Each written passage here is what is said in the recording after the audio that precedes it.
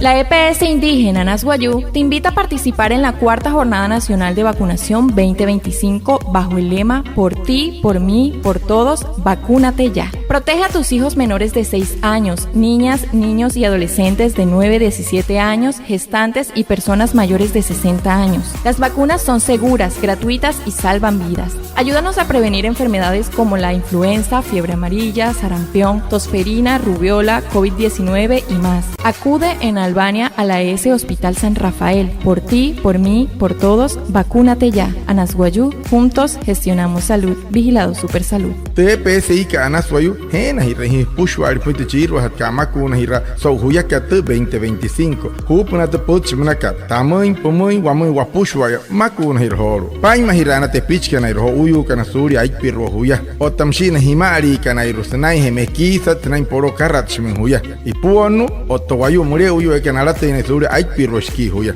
Tumakuna ka anashatas Maria Parasat katoru wayu hutum. Hukari powais puraima hira wasuri tu vanuru kariru kanaria ka influenza, fiebre amarilla, sarampión, tosferina, rubiola, COVID-19, otatuaneiro. Hurrutka pa wanai mesot 25 kan kari kashika y octubre, sente chiru hat kamaku una hirasulu gomma. Hurrutka pa warrankama, sulu tupitat Nuestra Señora del Pilar, muy piaka y tamun tayaka y wamun wapushwai. Hurrutka pa Albania muy sulu tupitat San Rafael, muy piaka y tamun tayaka y wamun wapushwa, maku una hirhoro. Anaswayu, achaha hiraswa kwek pa purana. Anah na uchiwaya, tuma te anah hut ketsau anah.